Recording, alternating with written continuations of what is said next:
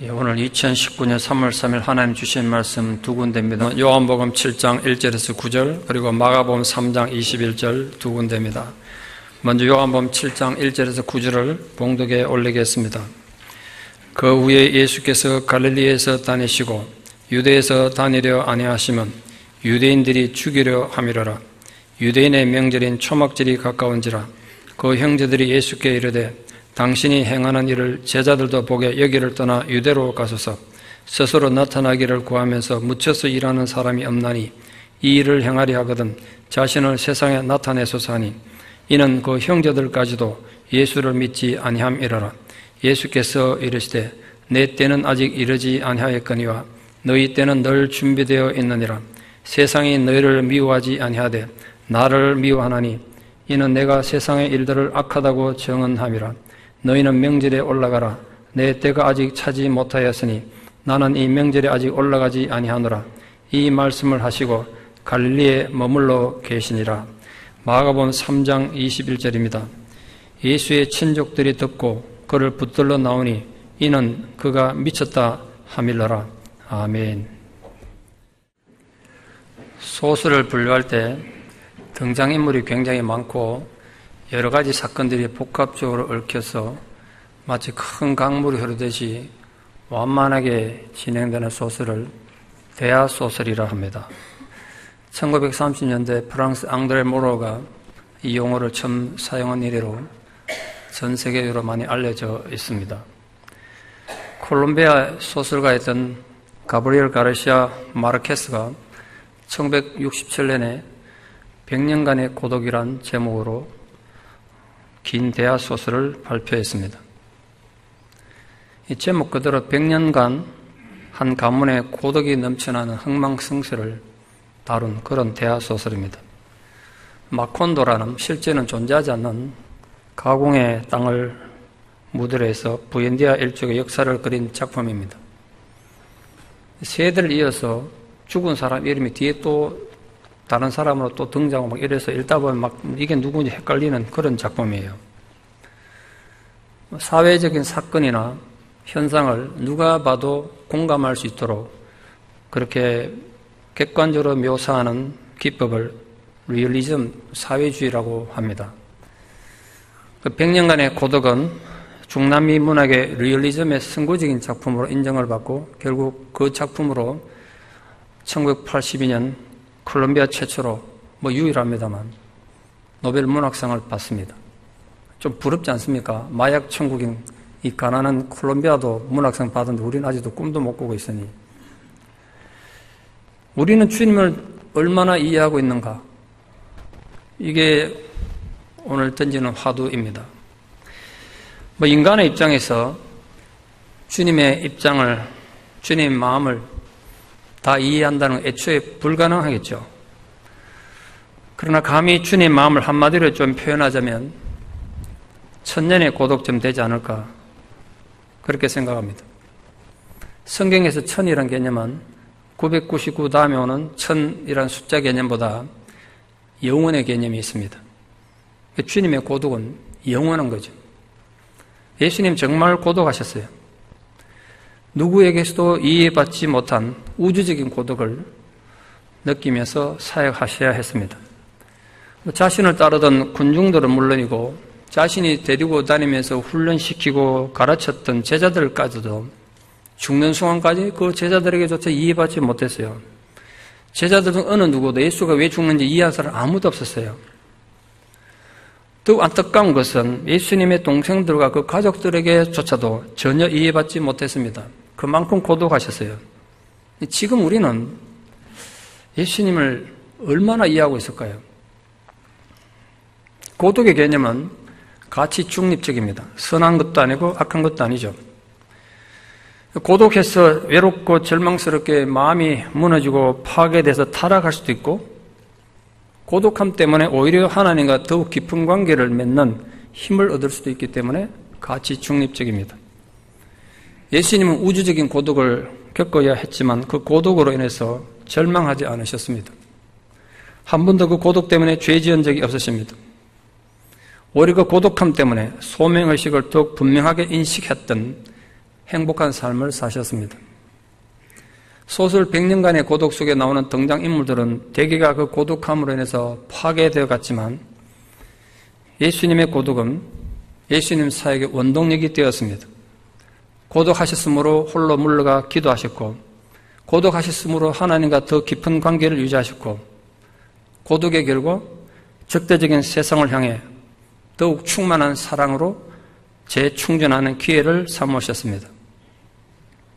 오늘 본문을 통해서 우리는 예수님의 마음을 조금이나 좀 알아보고 우리는 어떤 신앙인으로 남은 생애를 살아가야 하는지 거기에 대해서 함께 좀 묵상해 보려고 합니다.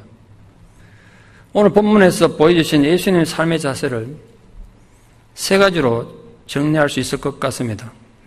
완전히 구분되는 세 가지 모습이 있죠. 첫째로 예수님은 끊임없이 시도된 살해 위협으로 고독을 온몸으로 감당하셔야 했습니다. 만왕의 왕이신 분이 자기 땅에 왔는데 자기 백성들에게 환영을 받지 못했어요. 환영은커녕 거절당했을 뿐 아니라 지속적인 죽음의 위협 속에 살아야 했습니다. 강한 적대감을 가지고 예수를 죽이려고 했던 기록이 요한복음에만 무려 10번이나 기록되어 있습니다. 제가 이번 설교 준비하면서 도대체 몇 번이나 예수를 죽이려 했는가? 이제야 그걸 궁금했는지 모르겠습니다. 헤아려 보니까 10번이었어요. 정말 황송하지 않습니까? 어떻게 그럴 수가 있나요? 왜 유대인들은 10번이나 예수를 죽이려고 했을까요? 예수님, 사람들이 자기 죽이려고 하는 걸 등 뒤에서 무슨 짓을 하는지 모르고 당하신 것입니까? 아니에요. 오늘 본문 보면 예수님은 사람들이 자기를 죽이려고 한다는 것도 아셨고 왜 죽이려고 하는지 이유도 너무나 잘 아셨어요. 예수님 7절에서 이렇게 사람들이 자기 죽이려고 하는 이유를 설명하고 있습니다. 그 이유는 말이에요. 사람들이 나를 죽이려는 이유는 내가 세상의 일을 악하다고 정언하기 때문이다. 예수님은 세상을 너무나 잘 아셨고 그 세상의 본질인 죄에 대해서 날카롭게 지적하셨어요. 그러나 죄를 지적당한 죄인들의 반응은 회개가 아니라 분노였고 반항이었습니다. 여기서 아주 오랜 세월 제기됐던 질문 하나가 있습니다. 왜 예수님은 유대인들이 분노하고 반항을 일으키는 그런 방법 외에는 다른 방법으로 회개시킬 수 있는 방법은 없었나? 특히 독일의 자율주의 신학자들이 그걸 굉장히 공격하고 비판했어요. 왜 하나님은 그렇게 잔인하게 인간들을 처벌하는 방법으로 자신의 정의를 세우셨나? 왜 예수님은 이 독사의 자식들아 이런 독수를 퍼부면서 사람들이 반감을 불러일으켰나? 그거밖에 방법이 없었나요? 우리 너무 잘 아는 이속 우화에 나오는 태양과 북풍의 우화가 있잖아요. 북풍과 태양이 서로 자신이 더 강하다고 막 싸우고 있는데 때마침 한 나그네가 지나갔습니다. 누가 더 힘이 센가? 저 나그네 외투를 벗기는 걸로 내기를 했습니다. 먼저 북풍이 있는 힘껏 바람을 불어댔지만 나그네는 그럴수록 외투를 더 꼭꼭 여맸기 때문에 기지맥진한 북풍은 끝내 그 나그네 외투를 벗기지 못했습니다. 차례를 태양에게 넘겼습니다. 태양이 따뜻한 햇빛을 나그네에게 쬐어주니까 아무 소리 안 했는데 나그네 외투를 하나씩 벗기 시작했습니다.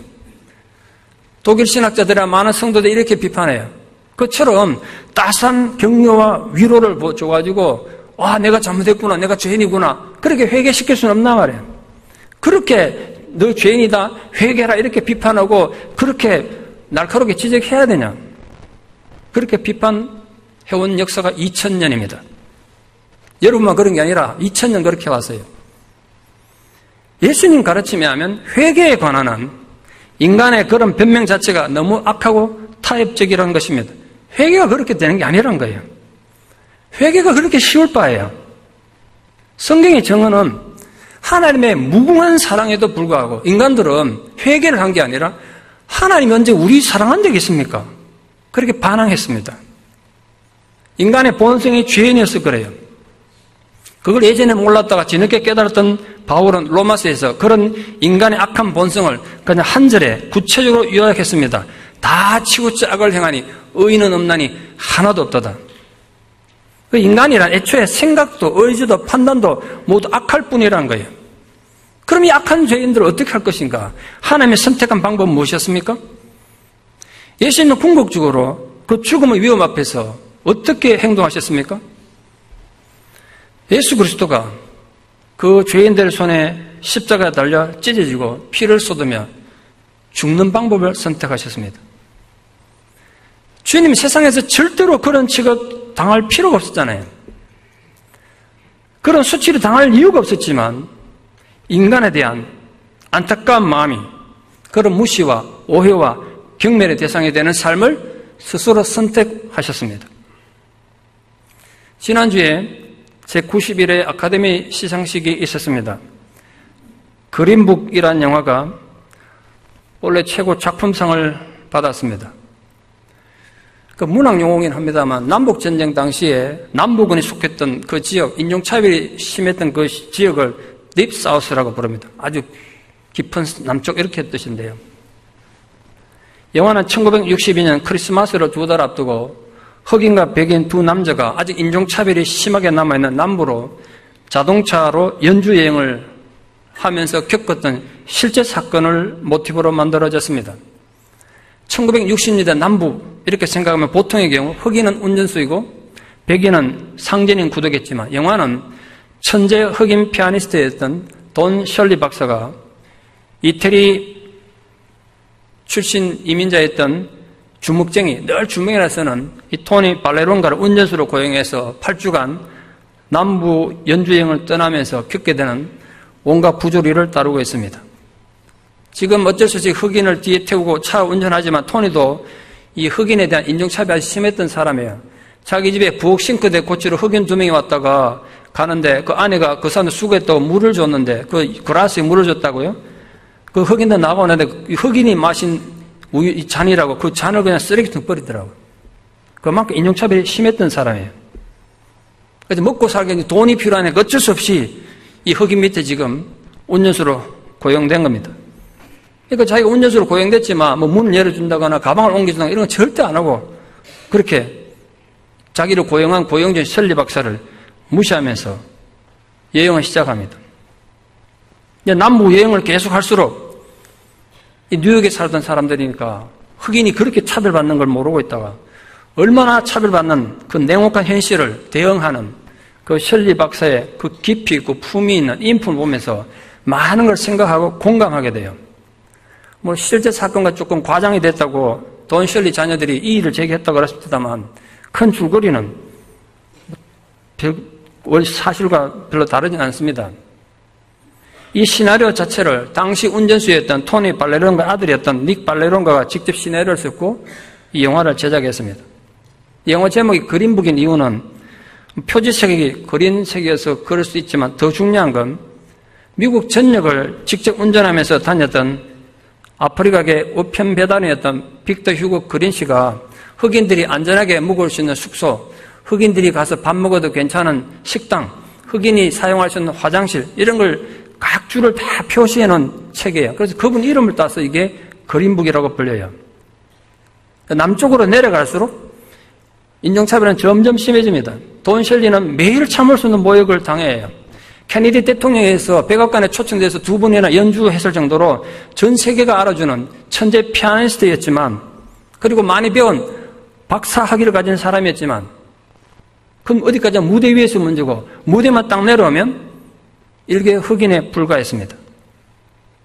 이제 연주하려면 옷을 갈아입어야 되는데 연주자 대기실 있지 않습니까? 어느 연주회 홀에 가면 그 연주하는 홀에 대기실 못 쓰고 청소 도구함을 대기실로 줬습니다.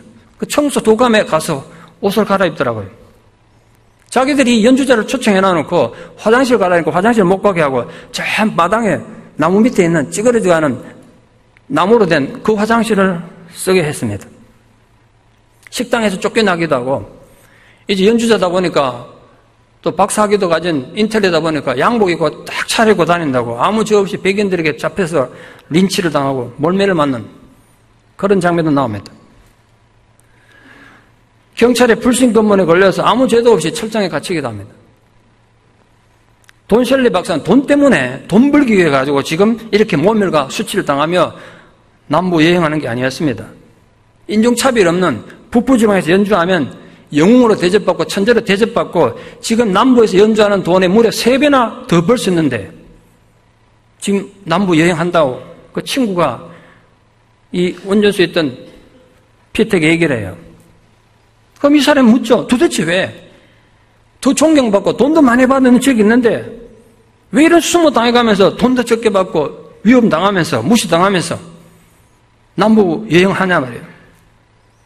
이유는 사람들의 마음을 움직이기 위해서래요. 이렇게 자막에 나오던데 대사가 천재로는 부족하다. 세상을 바꾸는 데는 용기가 필요하다. 천재로 인정받는 건 부족하다. 사람들의 마음을 바꾸기 위해서 이렇게 지금 자기 학대당하며 남부 여행을 한다는 걸 알게 돼요. 비 오는 밤에 무조건 차를 세우고 내리라는 한 백인 경찰이 이 토니가 이태리계 이민자인 거 알고 너도 반쯤 흑인이구나. 그러니까 이제 흑인 태우고 네가 다니는지 이렇게 이제 비웃음 받으니까 화가 나서 경찰을 때린다고요. 그 바람에 이제 설리는 아무 일도 안 했는데 같이 감옥에 갇혀요. 나중에 로버트 케네디 법무장관한테 전화해가지고 풀려났습니다. 로버트 장관, 법무장관에게 전화할 수 있는 사람이었어요. 근데 그때 얘기해요. 폭력이 아니라 품위로 그들을 이겨야 한다고. 예수님, 절대로 인간들에게 죽음의 위협을 당하거나 무시당할 이유가 없는 분이셨어요. 그럴 필요가 없었다고요. 왜 주님이 온 우주의 주인이신 그분이 인간에 와가지고 10번이나 죽음 위협을 당하는 수치를 당하셔야 했습니까? 바로 인간 구원과 회개를 통한 변화를 위해서 그 죽음 위협을, 일상이 된 죽음 위협을 그냥 담담히 받아들인 거예요. 그 자신을 거부하고 그를 죽이려고 혈안에 된 군중들을 바라보는 그 예수님 마음이 어땠을까요? 그들을 미워하고 적대감을 가졌을까요? 너희들 두고 보자 복수를 꿈꾸셨을까요? 감히 주님 마음을 한마디로 표현하자면 안타까움이었을 겁니다.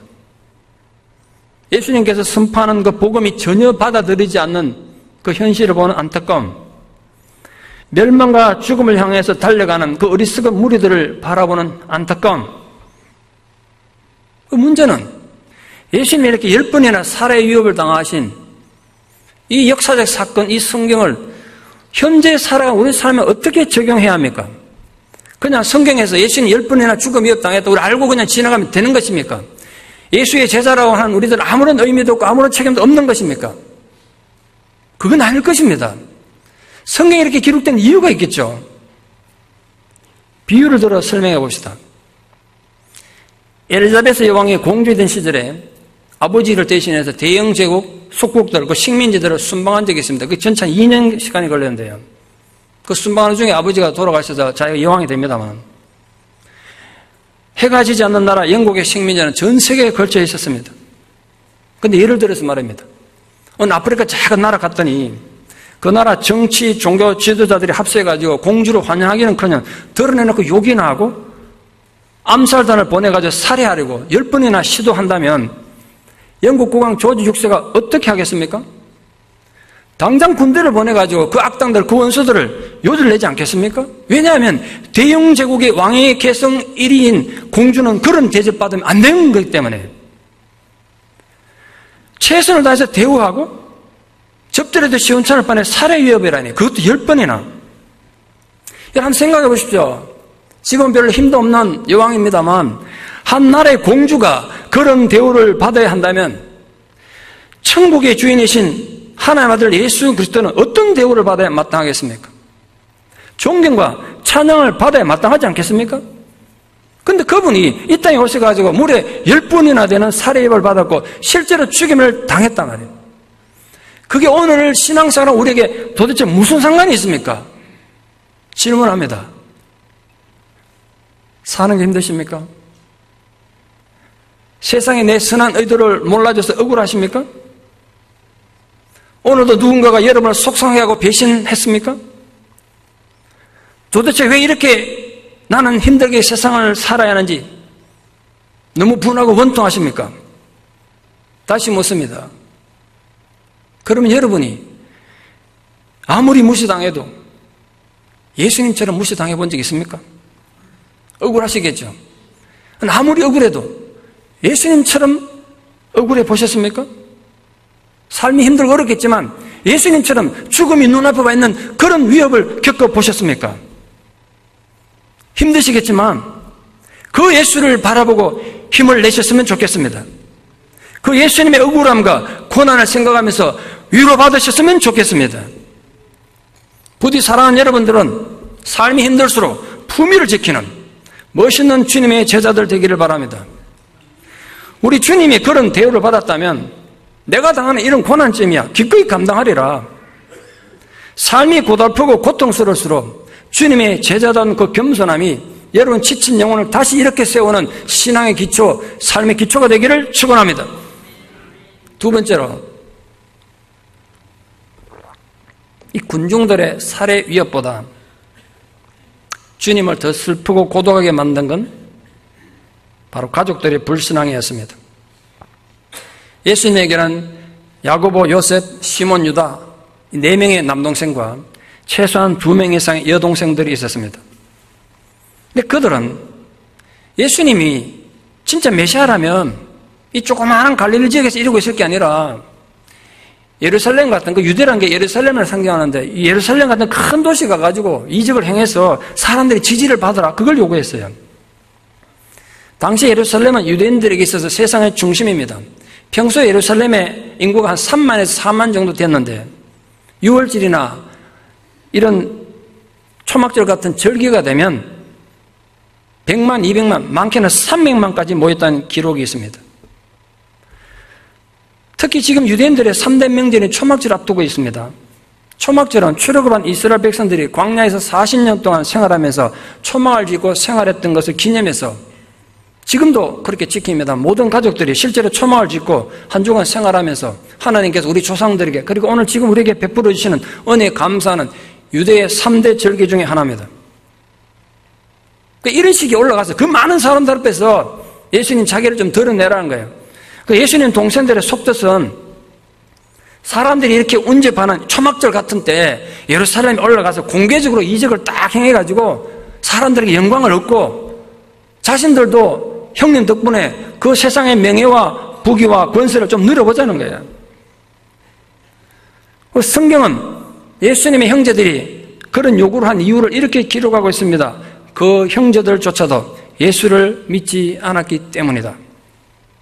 예수님 형제들 요구는 오병이어 기적을 체험한 군중들이 예수님 붙잡고 왕을 삼으려고 했던 세속적 욕망과 다를 바 하나도 없습니다. 예수 형제들은 형제들 중에 한 사람에다 출세하기를 바라는 일방적 풍토를 보여주는 거죠. 예수님 출세에 그게 좀 깃대어가지고 그 그늘에서 우리도 권세를 좀 누려보자는 거예요. 이 동생들의 불신앙의 태도를 보신 예수님 마음이 얼마나 찬양하고 안타까우셨을까 생각해 봅니다. 그리고 예수님 동생들조차 예수를 믿지 않았을까요?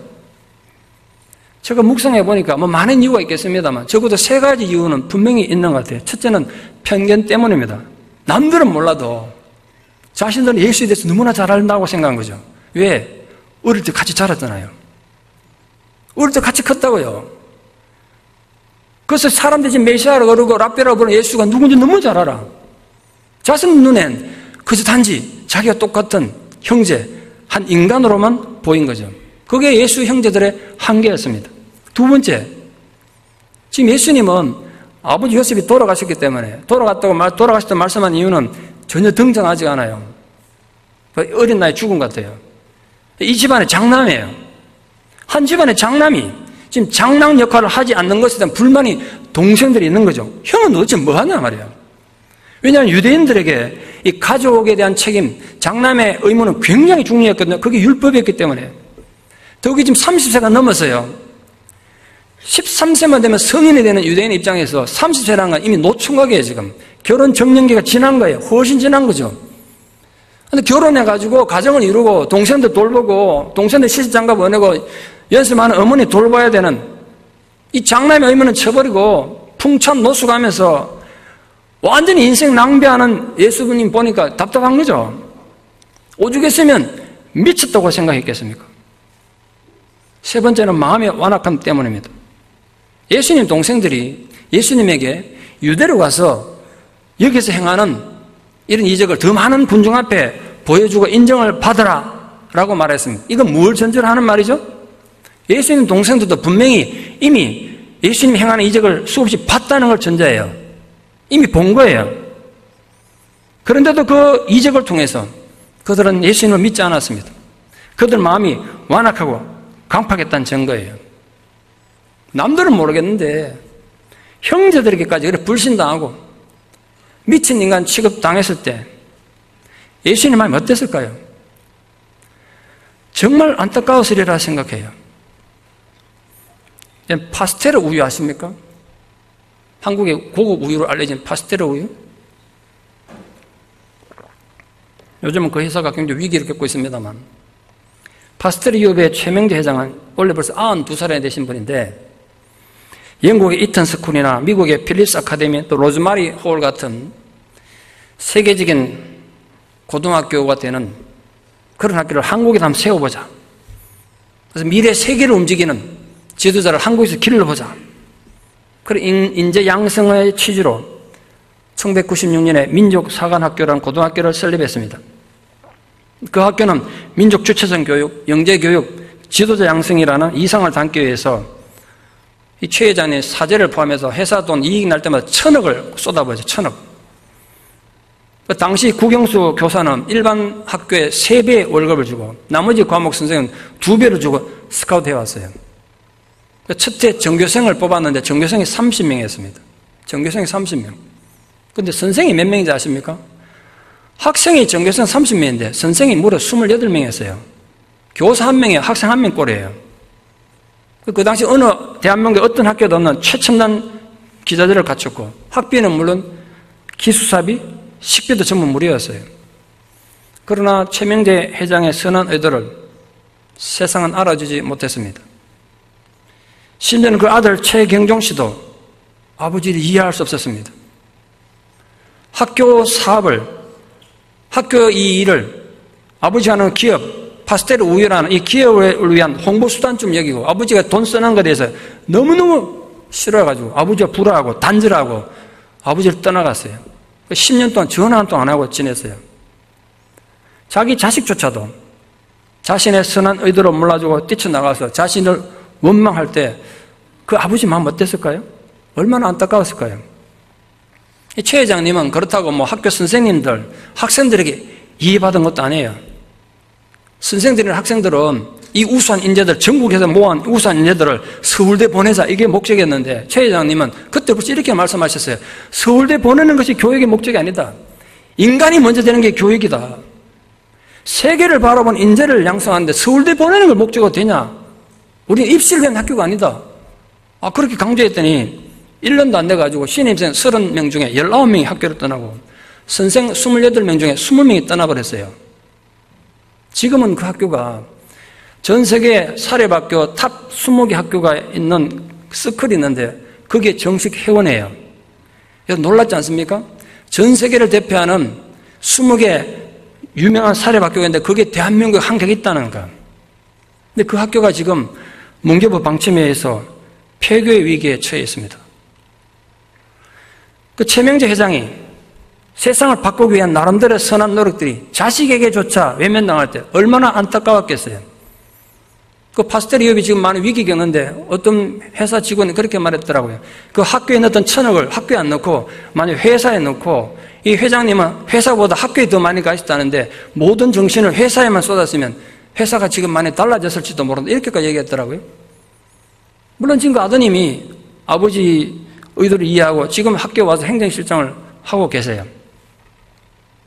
동생들과 가족들까지 예수님을 비웃고 예수님의 소명을 자신들의 욕망의 도구로 사용하려고 탐욕적인 요구를 해왔을 때 예수님 마음이 어땠을까요?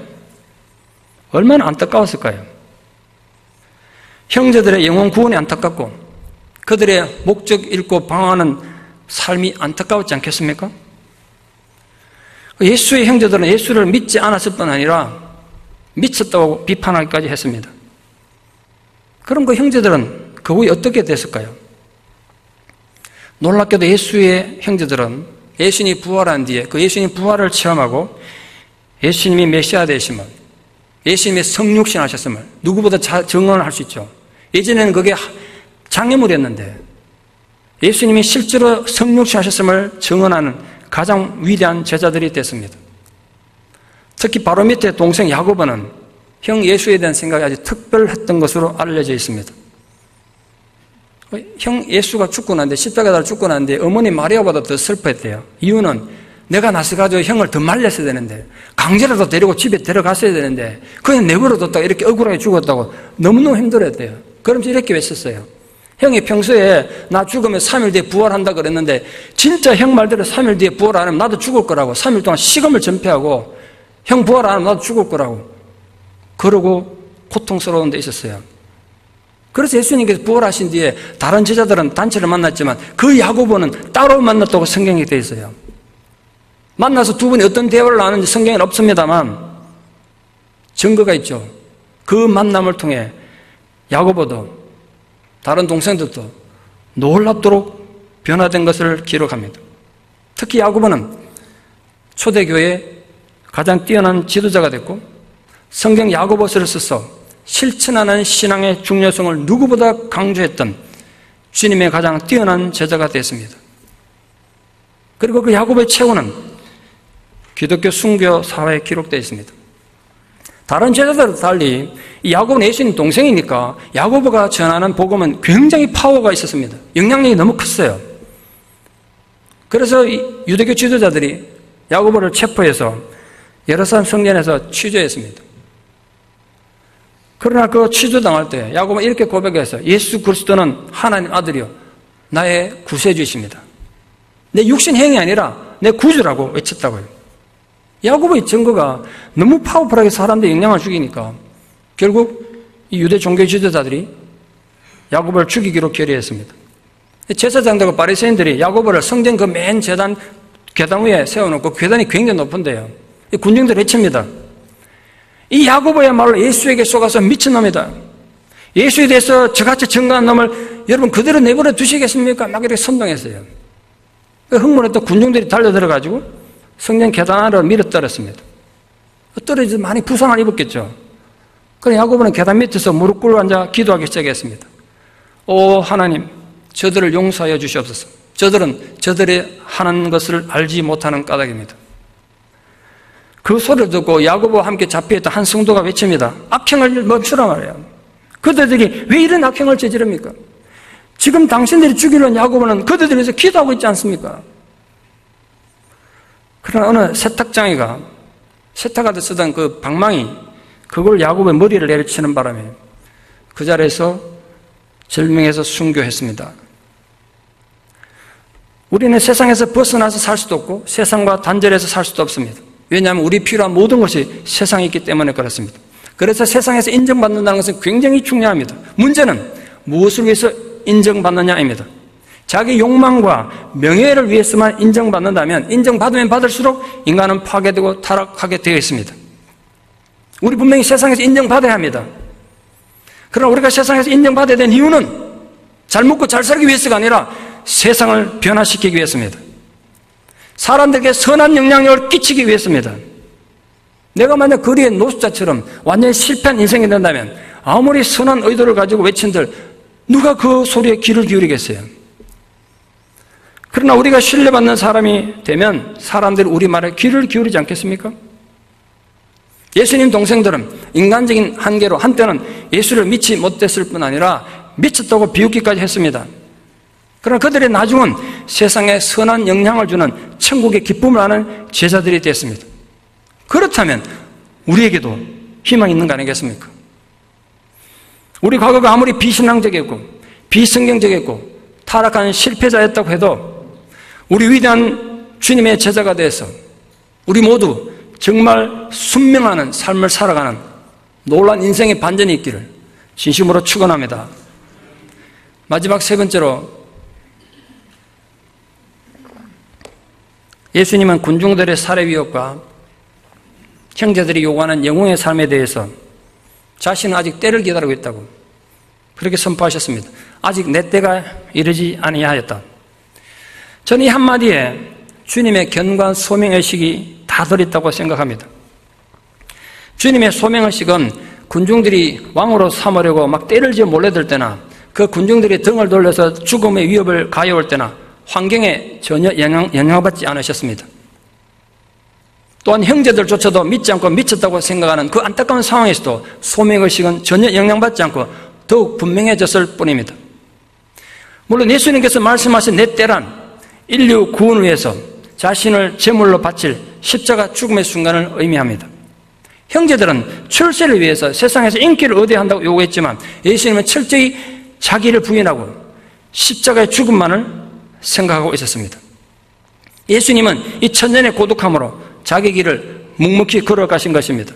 끝없는 기도와 묵상으로 고독하게 자신의 길을 가셨습니다. 그게 십자가의 길입니다.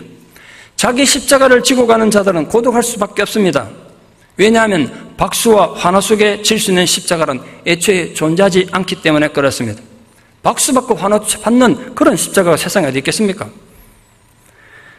역설적에게도 유대인들은 예수를 죽이려고 10번이나 시도했지만 정작 예수님은 스스로 그 죽음을 향해 나아가고 있었던 것입니다. 이 십자가 죽음은 예수의 형제들이나 세상의 성공의 시각으로 볼 때는 처참한 실패가 분명하죠.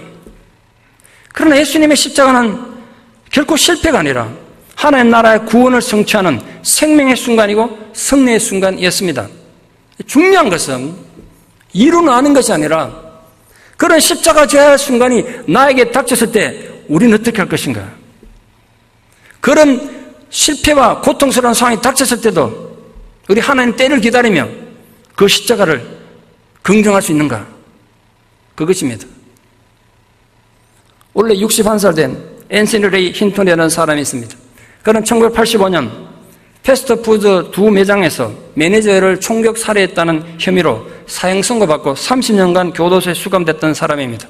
사건 당시에 목격자도 아무도 없었고 사건 현장에서 지문 하나 발견되지 않았는데 이 힌턴이 재수없게도 그 다른 매장에 있는 직원 하나가 이 범죄자 사진 추적 보고 이 사람 사진 보고 이 사람이 범인이다 지목한 것 때문에 한순간에 그냥 살해 용의자가 됐습니다.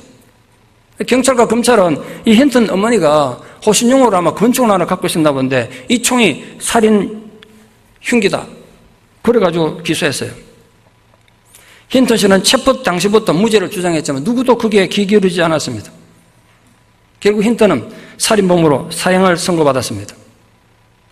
형장에 이슬로 사라질 뻔했는데 2002년 미국에서 손꼽히는 이 총기 감식 전문가 3명이 다시 그걸 살펴보니까 범죄 현장에서 발견되는 총탄의 탄환 증거와 검찰이 제시했던 증거로 제시했던 힐턴 씨 그 모친의 권총이 일치하지 않는다. 총에는 사람 지문처럼 그 조수이라고 지문이 다 있거든요. 그게 달라. 딴 총이다. 그걸 기회로 재심의 기회를 얻습니다. 그 증언 때문에. 이 증언의 바탕으로 결국 2015년 엘라바마주 순회법원에서 무죄가 선언됐습니다. 한번 생각해 보십시오. 자기가 저지르지도 않은 살인죄의 누명을 쓰고 30년을 자기 청춘을 다 감옥에서 보내야 했던 사람의 심정이 어땠을지, 그런 일이 만약 우리에게 닥친다면 우리는 어떻게 할 것인지. 독실한 신앙인이었던 힌턴 씨도 처음 자기가 체포돼서 재판받을 때 정말 자기의 억울함을 풀어달라고 간절히 기도드렸습니다. 그러나 결과는 유죄 판결이었습니다. 역시 신앙인이었던 어머니는 이 힌턴 씨에게 계속 했던 말이 내게 능력 주신 자 안에서 모든 것을 할 수 있다 이 말씀이었는데, 그런데 하나님 정의는 도대체 어디에 있다는 말입니까? 과연 하나님은 우리 삶에 관심을 가지고 계시긴 한 것인가? 원망과 절규의 고통스러운 고백이 튀어나왔습니다. 그 순간은 하나님도 실패한 것처럼 보였습니다. 분노 속에 감옥 생활을 하면서 시간이 지나갈수록 힌턴 씨는 어느 날 자신이 억울하게 사형 선고받은 이유는 하나님께서 자신을 감옥 안에 사역자로 부르셨기 때문인지 모른다는 소명을 거기서 깨닫습니다. 나중에 힌턴 씨는 크리스찬 헤드라인과 인터뷰에서 이렇게 간증했습니다. 제가 저지르지도 않은 죄로 사형을 선고받고 언제 사형이 집행될지 모르는 그 위기의 순간에서도 내 뒤편에 계신 하나님 안에서 전 여전히 자유했습니다. 저는 하나님 때를 기다리고 믿었습니다. 30년 동안 살인자로서 감옥 안에서 봉사해온 내 삶이 결코 헛되지 않았다고 저는 믿습니다. 그는 하나님 때를 믿으며 오늘도 자신이 살아있음에 감사한다고 말했습니다. 그는 자신의 이 경험을 태양은 여전히 빛난다, 죽음의 대일에서 생명과 자유를 얻는 법, 이렇게 긴 제목의 간증집을 냈고 그게 베스트셀러가 됐습니다. 억울한 사형수가 30년의 억울한 감옥 세월을 보내면서 기다리던 그 하나님 때는 도대체 언제였을까요? 오늘 예수님 말씀하신 내 때는 어느 때를 말합니까? 바로 악한 사람들의 마음을 돌이켜서 하나님께로 돌아오게 하는 그 때를 말합니다. 그게 언제입니까? 예수님이 억울하게 십자가에 죽으시고 부활 성천하신 후에 우리에게 성령을 부어주시는 때를 말합니다. 여러분, 인간은 악한이고 죄인이기 때문에 성령이 오지 않는 한 여기 누구도 소망이 없습니다. 성령이 와야 우리에게 소망이 있습니다. 성령은 우리에게 새 마음을 주시는 하나님의 영이시기 때문에. 그래서 예수님 가르침에 하면 성령이 오면 가장 먼저 우리에게 죄를 깨닫게 한다고 말씀하셨습니다. 우리 악한 본성에 대해서 혐오를 갖게 합니다. 죄로 물든 그 악한 본성을 해결하지 않으면 새 마음을 가지는 건 불가능하기 때문에 그렇습니다. 성령은 우리를 죄와 악에서 돌이켜서 새로운 성품으로 살아가게 하십니다. 성령의 도움이 없이는 어느 누구도 세상을 떠나 하나님께로 돌아올 수 없습니다. 인간이 자신이 죄인인 것을 깨닫고 변화받는 것은 하나님의 능력이 아니고는 불가능합니다. 지금 여러분은 성령의 인도를 받고 계십니까? 사는 게 여전히 힘이 드십니까? 왜 나만 고통스러운 삶을 살아야 하는지 고독하고 외로우십니까? 왜 나에게만 이런 억울한 일이 생기고 어려움이 생기는지, 하나님이 내 인생에서는 실패한 것처럼 보이십니까? 우리가 예수님과 우리 자신을 감히 비교할 수는 없지만 이 예수님의 천년의 고독함과 그 삶의 태도가 우리 신앙과 삶의 기준이 되기를 소망합니다. 비록 우리가 연약하고 고독한 상황에 있다고 해도 예수님처럼 살아버리고 방향을 바로잡는 은혜가 있기를 바랍니다. 여러분 너무나 잘 아시는 윤동주 시인의 시 중에 십자가라는 시에 이런 구절이 있습니다. 괴로웠던 사나이, 행복한 예수 그리스도에게처럼 십자가가 허락된다면 모가지를 들이우고 꽃처럼 피어나는 피를 어두가는 하늘 밑에 조용히 흘리겠습니다. 괴로웠던 사나이인데 예수는 행복했다. 저는 윤동주 씨의 이 시를 너무 좋아합니다.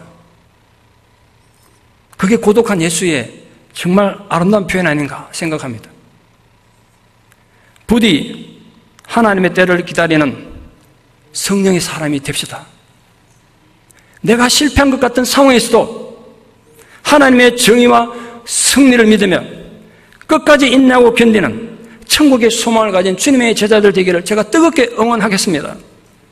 천년의 고독을 홀로 견디며 애타는 심정으로 우리의 구원을 이루신 그 예수님의 인내와 희생과 사랑이 여러분의 신앙 안에, 여러분의 삶 안에 구체적으로 살아있는 순명의 사람들 되시기를 진심으로 축원합니다. 기도드리겠습니다.